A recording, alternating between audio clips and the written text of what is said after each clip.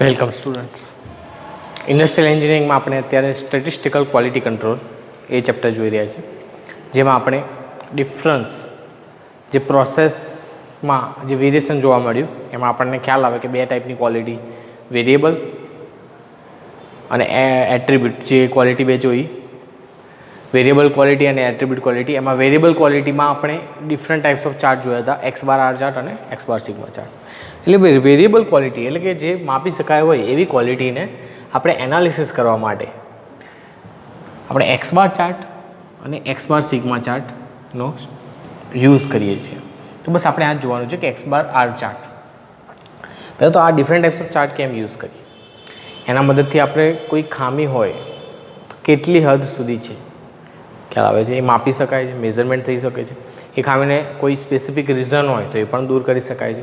તો એટલા માટે આપણે આ ગ્રાફ તો ડ્રો કરવા જ જોઈએ. મતલબ ક્વોલિટી કંટ્રોલ માટે કંટ્રોલ ચાર્ટમાં ઇન્ડિકેશન જરૂરી છે કે આપણી જે ડિફેક્ટ છે અથવા જે પ્રોબ્લેમ છે ખ્યાલ આવે છે એ આપણી ક્વોલિટી પ્રમાણે છે કે નહીં, બરાબર છે.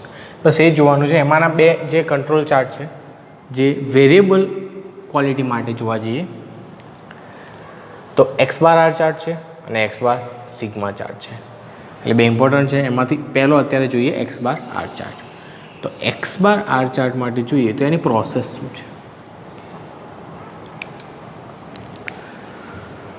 પહેલાં તો એક્સ બાર આર ચાર્ટ એ વેરિયેબલ ક્વોલિટી છે, એ ખ્યાલ આવી જાય કે વેરિયેબલ ક્વોલિટીનો એક કંટ્રોલ ચાર્ટ છે. એમાં આપણે જે પ્રોડક્ટ છે એની ક્વોલિટી માપીને ચેક કરવી પડશે, કારણ કે મેઝરમેન્ટવાળું છે. તો પહેલું જે સ્ટેપ છે, કોઈ પણનો એક્સ બાર આર ચાર્ટ તમે ડ્રો કરતા હોય તો તમારે પહેલાં જ એમાંથી રેન્ડમ સેમ્પલ લઈ લેવાના. જે પ્રોડક્ટ છે જેનું તમારે એક્સ બાર આર ચાર્ટ અથવા ક્વોલિટી કંટ્રોલ ચાર્ટ રેડી કરવાનો છે એના સેમ્પલ લઈ લેવાના, પહેલું સ્ટેપ. પછી જે ઇમ્પોર્ટન્ટ ક્વોલિટી તમારે મેઝર કરવાની છે એને તમારે એક્સ બાર વેરિયેબલ તરીકે લેવાની છે. એક્સ બાર એનો મતલબ શું? માર્કર જ છે, ચેક કરું છું તો એની લેન્થ ચેક કરવી છે, તો લેન્થ મારો વેરિયેબલ થયો, મતલબ મારી એક્સ બાર થયું. શું થયું? X bar.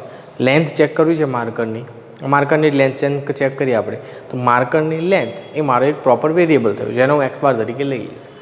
હવે રોજની 5000 જેટલી બનતી હોય, કેટલી?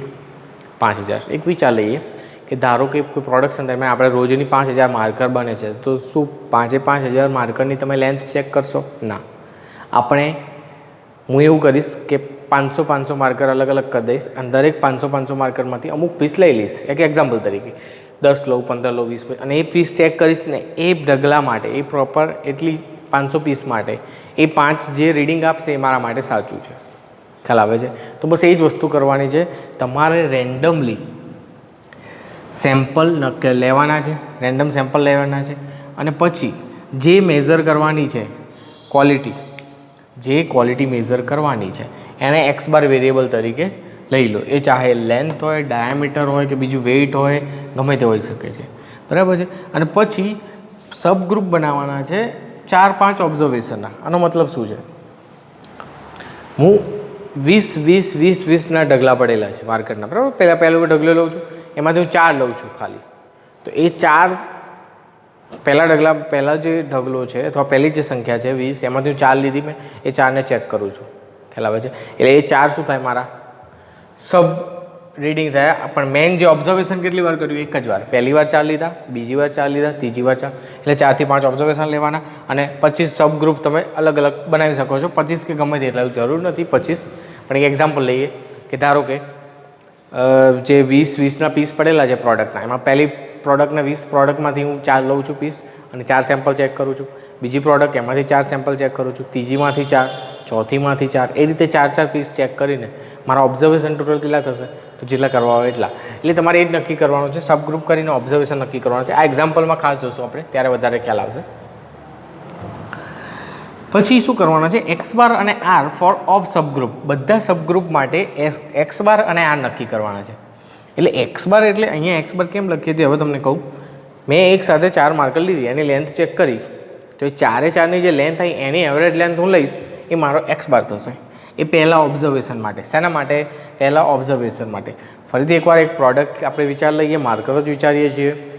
ધારો કે રોજના 500 પીસ બને છે, તો 500 પીસ મેં અલગ કર્યા, બરાબર છે. એમાંથી ધારો કે 100 મારે ચેક કરવા છે, તો 20-20ના 5 ગ્રુપ બનાવી દીધા તમે. એક 20ના ઢગલામાંથી હું 4 લઈશ, એને ચેક કરીશ. 4 લઈને ચેક કરીએ એટલે પહેલું ઓબ્ઝર્વેશન. બીજા ઢગલામાંથી 4 લીધી અને ચેક કર્યું, બીજું ઓબ્ઝર્વેશન. ત્રીજામાંથી 4 લઈને ચેક કર્યું, ચોથું ઓબ્ઝર્વેશન. ત્રીજું, ચોથું, પાંચમું, એ રીતે થઈ શકે છે. હવે એ જે 4 લીધી એની જે લેન્થ માપું, એનું એવરેજ લઉં એટલે મારે x બાર આવી જશે. શું આવી જશે? x બાર. એક ઓબ્ઝર્વેશનમાં મેં કેટલા રીડિંગ લીધા? 4 રીડિંગ જોયા મેં. એનું એવરેજ x બાર. અને આ રેન્જ એટલે જે 4 રીડિંગ છે એમાં મેક્સિમમ અને મિનિમમ એ વેલ્યુ વચ્ચેનો જે ડિફરન્સ છે એને તમારે રેન્જ કહેવાનું છે. તો એ નક્કી કરી લીધું, x બાર અને r, બરાબર છે.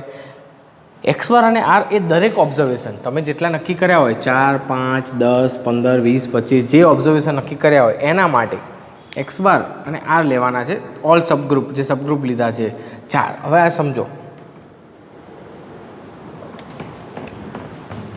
પહેલી વાર મેં 4 માર્કર જોઈ એટલે મારું પહેલું ઓબ્ઝર્વેશન થયું. જોવા જઈએ તો આમ સેમ્પલ નંબર પહેલું થયું.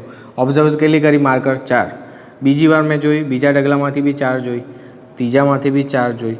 તો આ મારા જે છે સેમ્પલ લીધા મેં. પહેલી વાર 4 લીધા, 4નું ઓબ્ઝર્વેશન, 4, 5 તમે ગમે તે લાવી શકો છો. એટલે આ એક ગ્રુપ થઈ ગયું, આ બીજું ગ્રુપ, ત્રીજું ગ્રુપ. એ રીતે તમે ગમે તેટલા ગ્રુપ બનાવી શકો છો. એ અકોર્ડિંગ ટુ તમારું એનાલિસિસ. તમારે એનાલિસિસ કયા બેઝ ઉપર કરવું છે, તમારી પ્રોડક્ટ કયા બેઝ ઉપર છે, ખ્યાલ આવે છે. એક્ઝામ્પલ આપીશ એટલે વધારે ખ્યાલ આવશે. એટલે x બાર અને r શોધવાના છે. પછી શોધવાનું છે x ડબલ બાર. એટલે આ જે x બાર શોધ્યા એ તમારા જેટલા ગ્રુપ હશે એટલાના અલગ અલગ થઈ જશે. એમનો પાછી એવરેજ લેવાની છે, જેને x ડબલ બાર કહીશું. શું કહીશું? x ડબલ બાર. અને r બાર પણ મળી જાય, સિગ્મા r બાર. એ n શું છે? તો number of observation. Number of observation અથવા નંબર ઓફ સેમ્પલ તમે જે લીધા છે. પહેલાં 4 લીધું, પછી 4, પછી 4, પછી 4.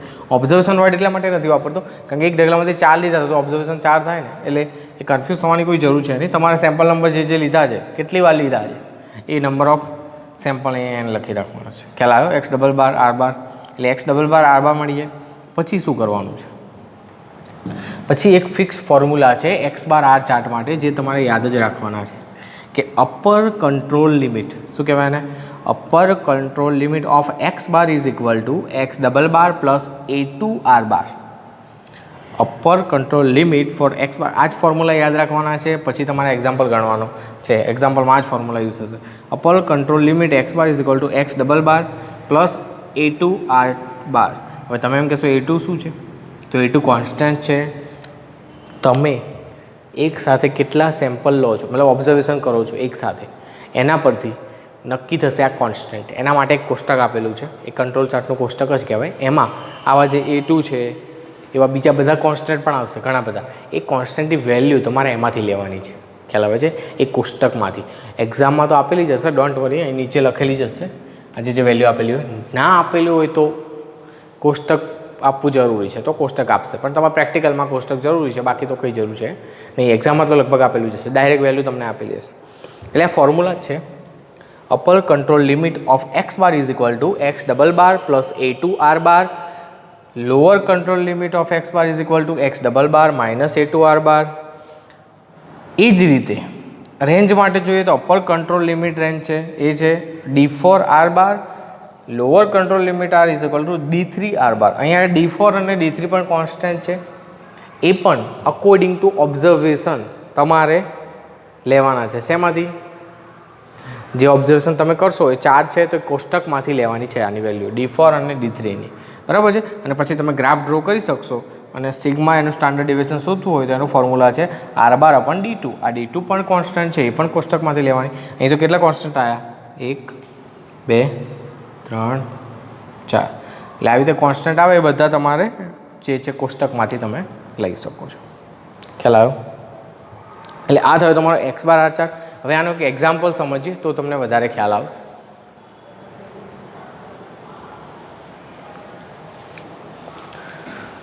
તો આપણે એક એક્ઝામ્પલ લઈએ કે ધારો કે કોઈ પ્રોડક્ટ છે, એના ડાયામીટર કે લેન્થ હોય ગમે તે હોય, કંઈક મેઝર કરીએ છીએ આપણે, બરાબર છે. ચલો લેન્થ મેઝર કરીએ છીએ. શું કરીએ છીએ? લેન્થ મેઝર કરીએ છીએ. mm છે. શું છે? mm છે. એવું વિચારી લો. હવે હું રેન્ડમ 4 લઈને રીડિંગ લઉં છું, બરાબર છે. પહેલાં સેમ્પલમાં 4 લઉં છું. કેટલા લઉં છું? પહેલાં સેમ્પલમાં 4 લઉં છું. પહેલાં મેં 4 લીધા, એ ચારની લેન્થ જે વેલ્યુ આવી જે આપણું વેરિયેબલ છે એ છે 14.8 આવી, 15.1, 15.0, 14.9. અહીં યુનિટ લખતો નથી કારણ કે હું એક્ઝામ્પલ આપું છું, તમે ગમે તે યુનિટ લઈને ધારી કરી શકો છો. ધારો કે મેં 4 રીડિંગ લીધા પણ બધાના યુનિટ સેમ છે, 14.8, 15.1, 15.0, 14.9. એટલે મેં 4 ઓબ્ઝર્વેશન જે એકવાર સેમ્પલ લીધા 4 એનું રીડિંગ આવ્યા 14.8, 15.1, 15.0, 14.9. ખ્યાલ આવે? બીજી વાર રીડિંગ લીધા બીજા 4 તો એનું આવ્યું 14.9, 14.6, 15.2, 15.1. એમ વેલ્યુ આપેલી છે ડાયરેક્ટ, એટલે હું તમને ખાલી સમજાવીશ. ખ્યાલ આવ્યો? એવી રીતે ત્રીજું રીડિંગ લીધું એમાં વેલ્યુ હોય 14.8, 14.9, 15.2, 15.3. ચોથું, પાંચમું, છઠ્ઠું, સાતમું, આઠમું, નવમું, 10મું, એવા 10 4 સેમ્પલ લીધા. કેટલા મેં 10 સેમ્પલ લીધા 4, 15, 16.2, 14.9, 14.7, પાંચમું સેમ્પલ, છઠ્ઠું, સાતમું, આઠમું, નવમું, 10મું. એટલે 10 મેં સબ ડિવિઝન બનાવી દીધા, સબ ગ્રુપ બનાવી દીધા. સેમ્પલ 1માં જે મેં 4 લીધી એ તો 4 રીડિંગ છે.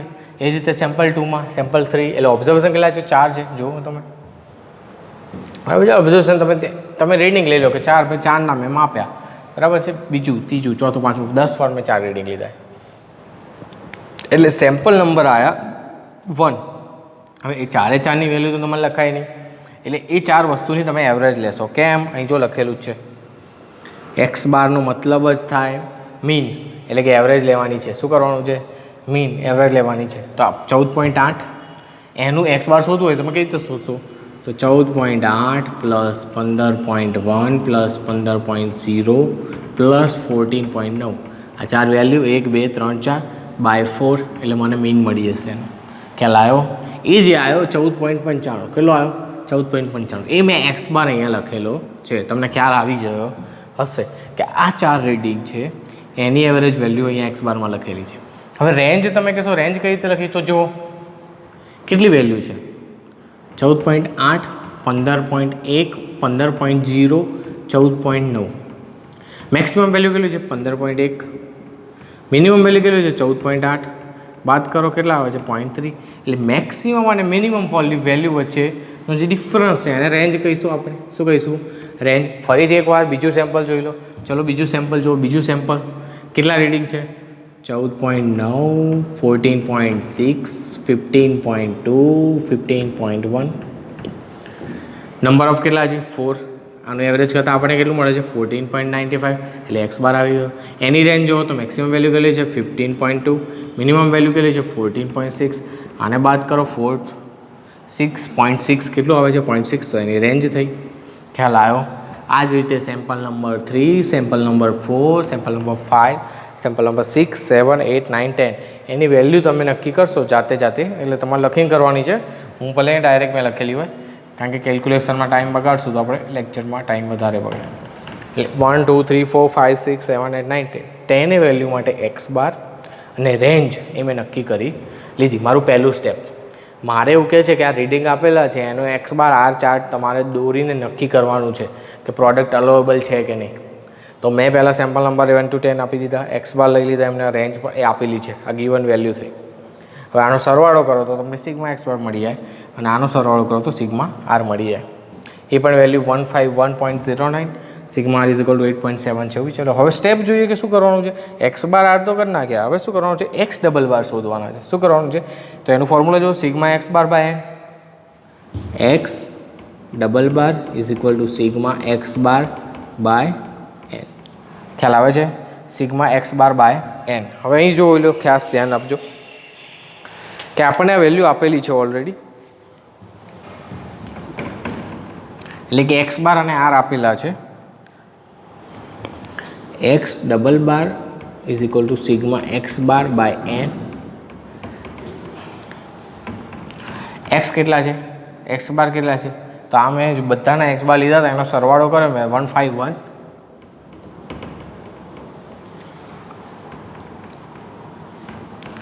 151.09 અપન એન કેટલા ઓબ્ઝર્વેશન છે? 10. એનું 15.109. તો આ જે વેલ્યુ આવી મારી સિગ્મા એક્સ ડબલ બારની આવી ગઈ. તો એ જ આપણને શોધવાની કીધી રીતે શોધી નાખી. ચલો આર બાર શોધો. Sigma R by N 8.7 by 10 0.87 આવી ગઈ.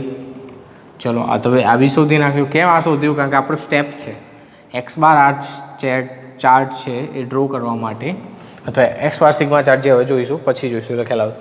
એટલે એક્સ ડબલ બાર અને આર બાર મેં શોધી નાખ્યા. આ બંને વેલ્યુ મેં શું કરી? ફાઇન્ડ કરી દીધી. ઓકે, હવે શોધવાનું છે અપર કંટ્રોલ લિમિટ અને લોઅર કંટ્રોલ લિમિટ. શું કરવાનું છે? અપર કંટ્રોલ લિમિટ અને લોઅર કંટ્રોલ લિમિટ. તો આપણને એક્સ ડબલ બાર ખબર છે, A2 નથી ખબર, આર બાર ખબર છે. A2 કોન્સ્ટન્ટ છે. હવે અહીંયા આપણે એક ઓબ્ઝર્વેશન પહેલું સેમ્પલ લીધું ત્યારે કેટલા લીધા? Number of 4.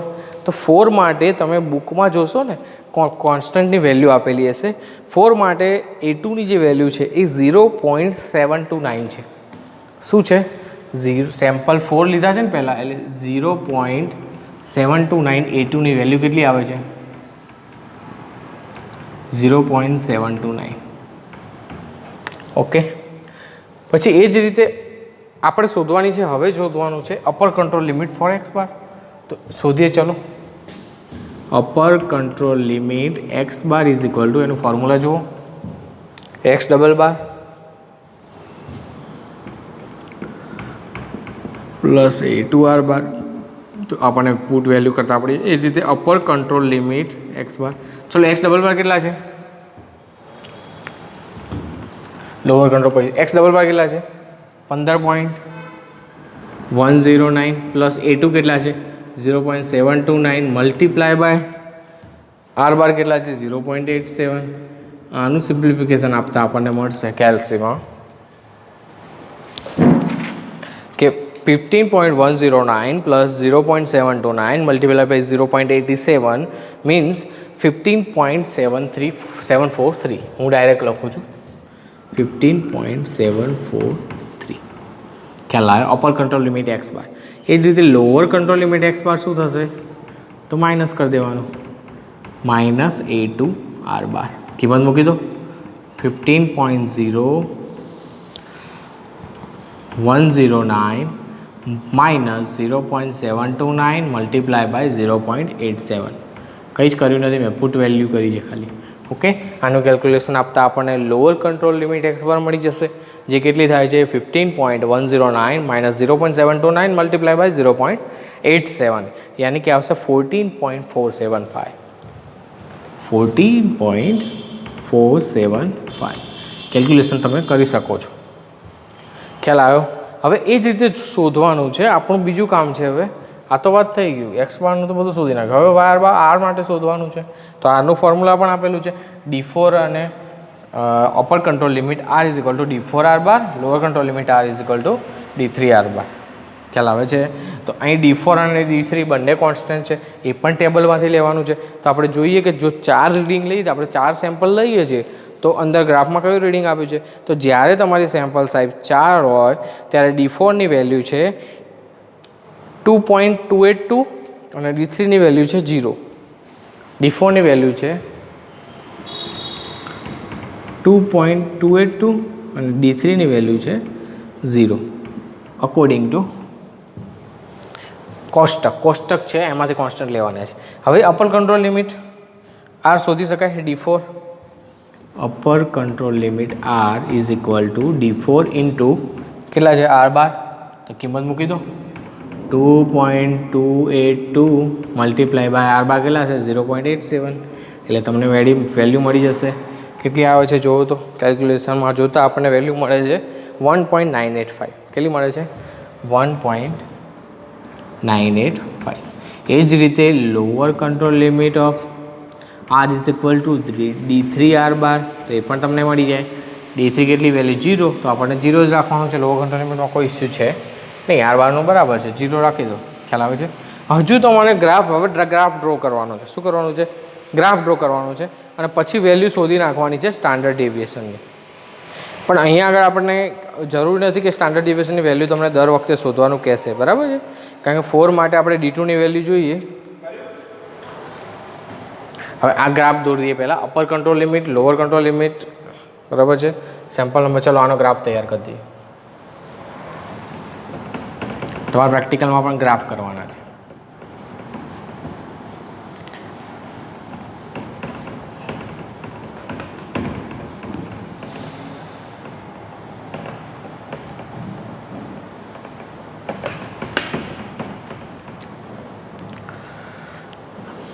આપણે નોર્મલ એક લાઈન દોરી શકીએ. ચલો ગ્રાફ પહેલાં તો લઈ લેવાનું તમારે.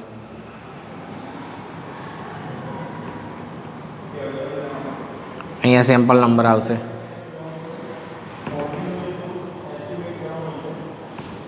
સેમ્પલ નંબર બરાબર 1 તમારે લઈ શકો છો જેમ લેવું એમ. 1 2 3 4 5 6 7 8 9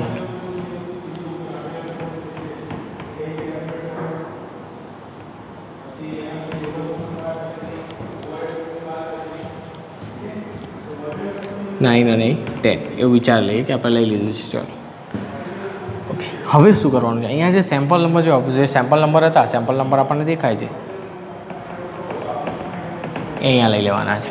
અને અહીંયા આગળ આપણે લોઅર ને અપર કંટ્રોલ લિમિટ બંને આવી જાય એ રીતે ગ્રાફમાં રિપ્રેઝેન્ટ કરવાનું છે. તો lower control limit of x bar કેટલી છે? 14.475. તો મારી રીતે લઈ શકું છું અહીંયા આગળ ગમે તે, અને અહીંયા આગળ 14.5 લઈ શકું છું. ખ્યાલ આવે છે? એટલે તમારી ઈચ્છા, તમારે જે બી લેવું હોય. 14.0 અહીંયા 14.1 14.2 14.3 14.4 14.5 14.5 આવી જાય. 14.6 7 8 9 10 15.0 15.1 2 3 4 5 15.5. હવે મારે જે મેક્સિમમ વેલ્યુ આવે ત્યાં સુધી લઈશ. 15.734 છે, 743, તો ત્યાં સુધીની વેલ્યુ લઉં છું.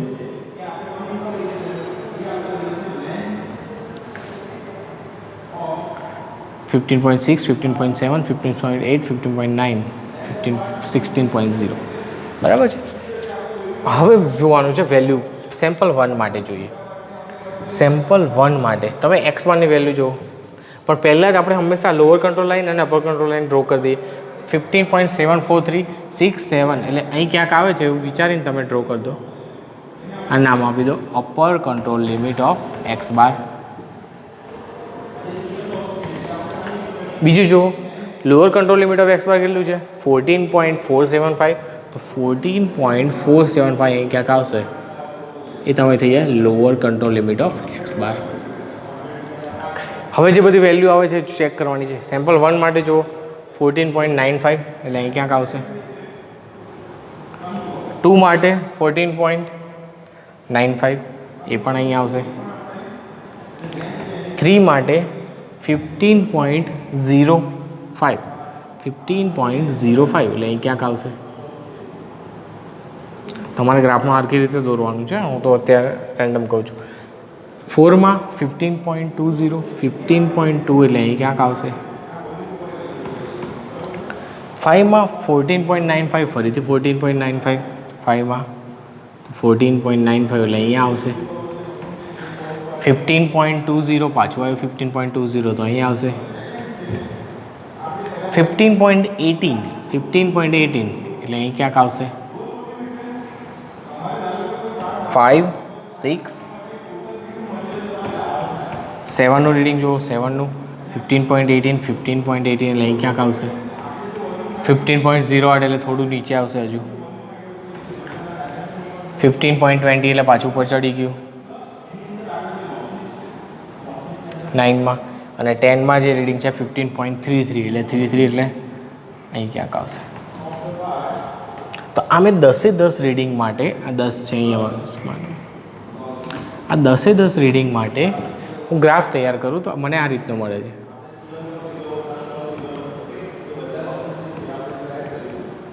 એટલે આપણે જે રીડિંગ લીધા એ આ upper control limit lower control લિમિટની વચ્ચે જ છે, તો આપણું જે રીડિંગ છે બરાબર છે એવું કહેવાય. અથવા એનું એનાલિસિસ તમે અલગ રીતે કરી શકો છો. સેમ્પલ નંબર અહીંયા આગળ આ જે છે શું બતાવે છે આપણને? એક્સ બાર છે. ઓકે, તો આ થયો એક્સ બાર ચાર્ટ. શું થયો? X bar chart. હવે આ જ રીતે તમારે આર બાર ચાર્ટ, આરનો ચાર્ટ દોરવાનો છે સેમ્પલ નંબર માટે. તો સેમ્પલ નંબર સેમ છે.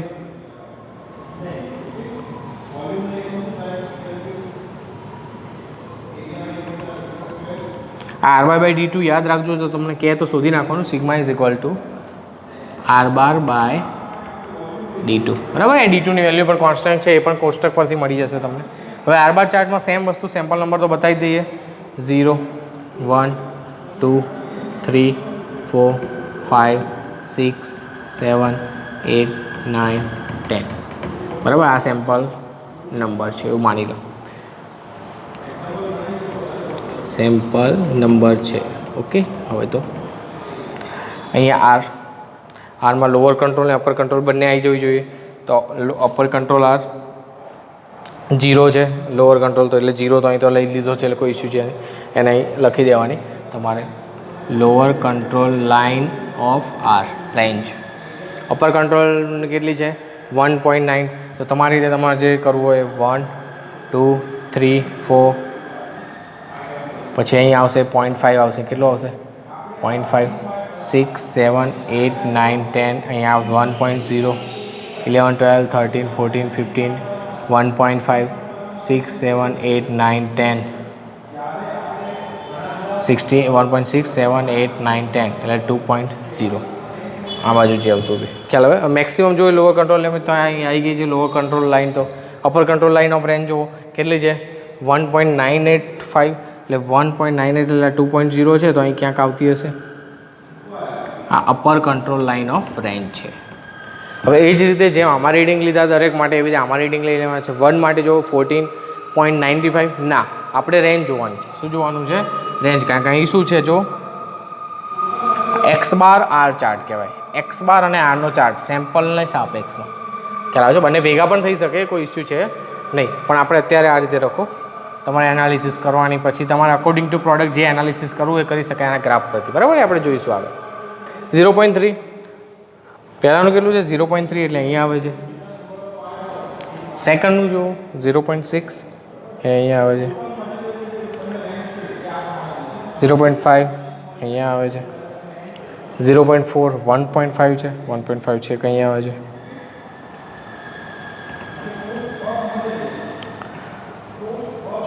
5માં જુઓ 0.7 છે, 0.7 અહીંયા આવે છે. 6માં જુઓ 1.4 છે, તો 1.4 ક્યાં આવે છે, એ 1.5 છે તો 1.4 અહીં ક્યાંક આવે છે 6માં. આ 5 છે, અહીંયા 6નું 1.4. 7નું જુઓ 0.2, 0.2 ક્યાં આવે છે. 8નું જુઓ 0.6 તો 0.6 ક્યાં આવે છે. 9નું જુઓ 1.4, 1.4 ક્યાં આવે છે, તો 1.5 હતો, આ 1.4. 10નું જુઓ તો 1.5 એ ઉપર આવે છે, તમને ખ્યાલ છે. તો આ રીતે આ ગ્રાફ તૈયાર થયો. એ પણ તમે જોઈ શકો છો કે લોઅર કંટ્રોલ જે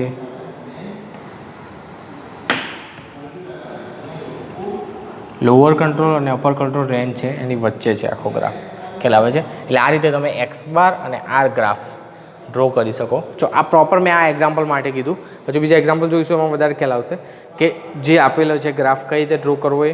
અત્યારે તમને ખ્યાલ આવી ગયો કે આ રીતના રીડિંગ આપેલા હોય એને સેમ્પલ નંબર વાઇઝ એમના x bar R sigma x double બાર સિગ્મા આર આ રીતે કેલ્ક્યુલેશન. આ બે ફોર્મ્યુલા ખાસ યાદ રાખવાના છે.